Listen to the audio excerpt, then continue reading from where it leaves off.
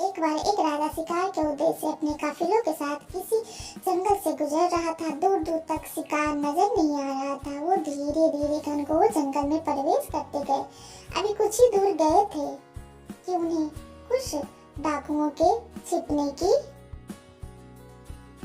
जगह दिखाई दी। जैसे ही उसके पास पहुंचे कि पास के खड़े पेड़ पर बैठा तोता बोल पड़ा, पकड़ो पकड़ो, एक राजा आ रहा है, उसके पास बहुत सारा सामान है, लूटो लूटो, जल्दी आओ जल्दी आओ। तोते की आवाज सुनकर सभी डाकू राजा की ओर दौड़ पड़े। डाकुओं को अपनी और आते देख कर राजा और उसके सैनिक दौड़ कर भाग खड़े हुए। भागते भागते कोसों दूर निकल गए। सामने एक बड़ा सा पेड़ दिखाई दिया। कुछ देर सुस्ताने के लिए उस पेड़ के पास चले गए। जैसे ही उस पेड़ के पास पहुंचे कि उस पेड़ पर बैठा तोता बोल पड़ा, आओ राजन, हमारे साधु महात्मा की कुटी में आपका स्वागत है, अंदर आइए, पानी पीजिए और विश्राम कर लीजिए।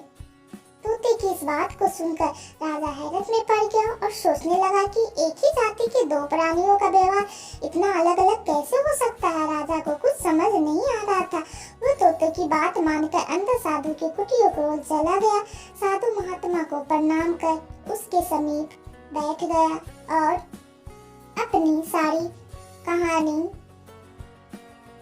सुनाई और फिर धीरे से पूछा, ऋषिवर, इन दोनों तोता के व्यवहार में आखिर इतना अंतर क्यों है? साधु महात्मा धैर्य से सारी बातें सुनी और बोले, ये कुछ नहीं राजन, बस संगति का असर है। डाकुओं को साथ रखकर तोता भी डाकुओं की तरह व्यवहार करने लगा है और उनकी ही भाषा बोलने लगा है।